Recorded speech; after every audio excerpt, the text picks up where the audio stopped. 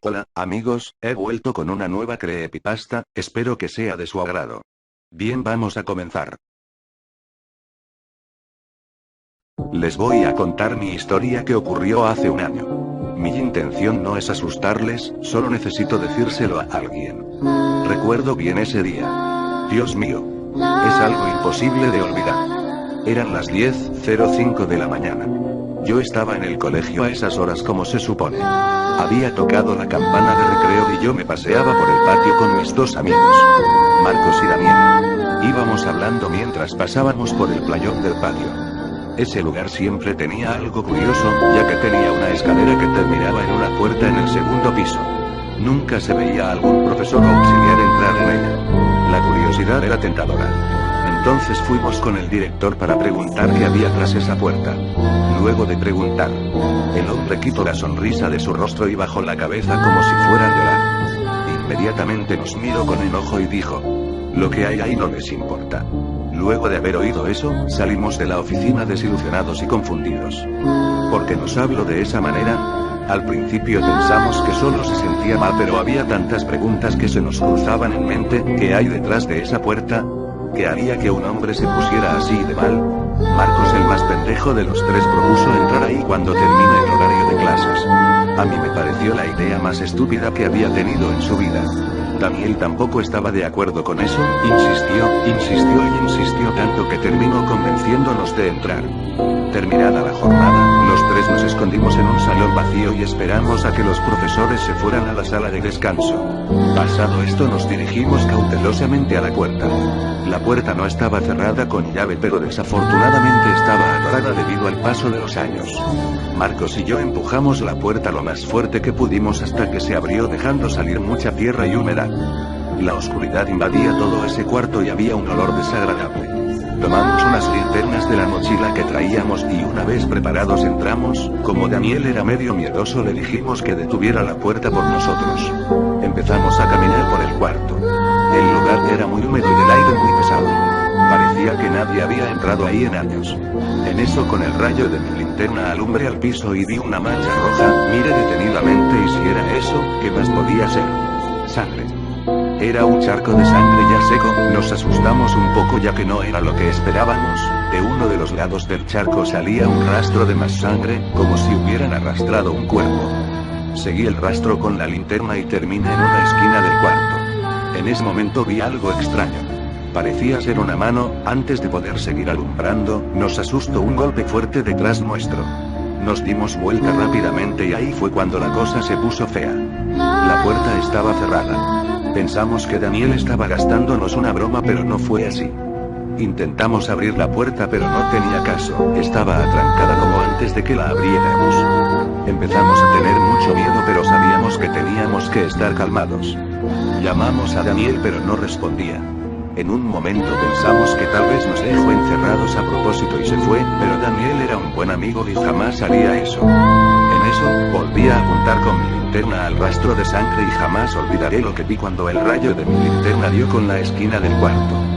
Parecía ser un niño sentado en posición fetal e inmóvil. Marcos estaba a punto de gritar, pero le tapé la boca con mi mano mientras observaba al niño. Estaba sentado mirando hacia la pared. Fue entonces cuando empezó a voltear. Estábamos desesperados y no estábamos preparados para lo que iba a pasar.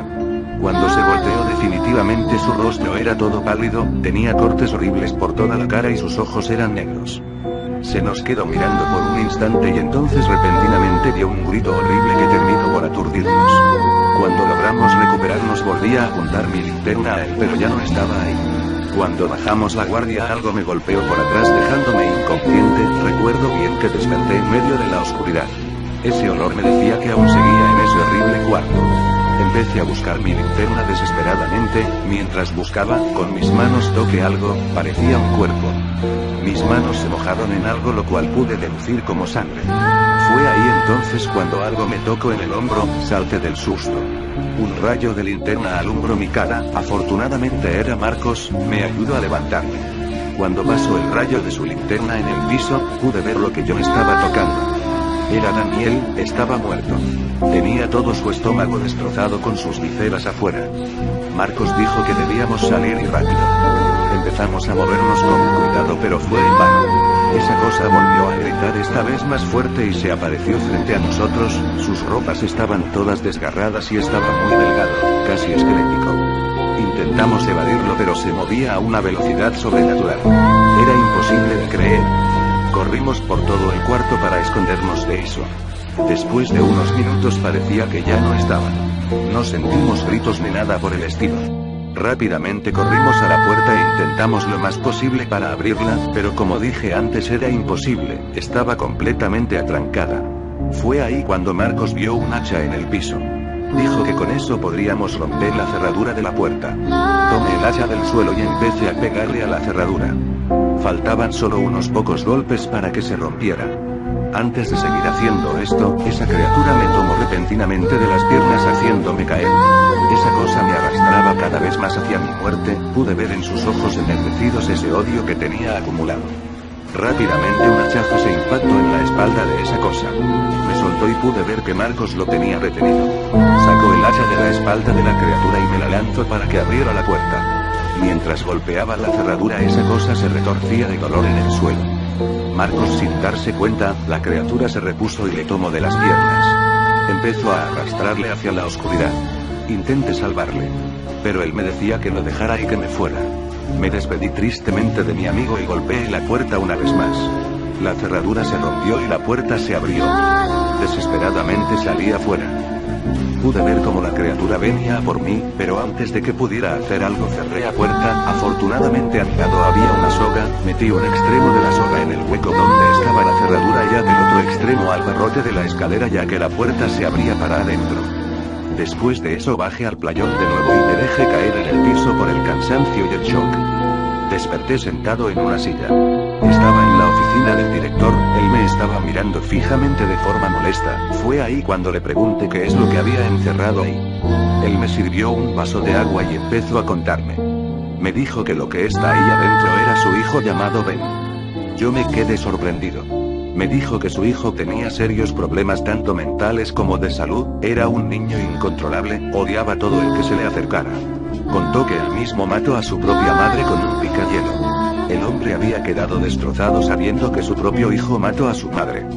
Decidió encerrarlo en lo que antes era el cuarto de calderas, desde entonces lo alimentaba todos los días y nunca dejó que viera la luz del día otra vez. Yo le pregunté por qué no lo llevó a un hospital mental. Me dijo que ya lo había hecho pero siempre encontraba la manera de escaparse o herir a los demás pacientes. Necesitaba un lugar donde pudiera contenerle siempre. Dicho esto me pregunto si había entrado con alguien más. Yo no quería decir nada sobre eso, solo quería olvidarlo. Así que dije que entré solo. Unos días después yo me cambié de escuela, no podía vivir con esa cosa cerca jamás. Al cabo de unas semanas de este suceso me enteré de que el director de mi vieja escuela había desaparecido. Jamás encontraron al director, pero tal vez yo sepa lo que le pasó. Hoy en día sigo pensando que tal vez, solo tal vez, Marcos aún siga con vida dentro de ese cuarto.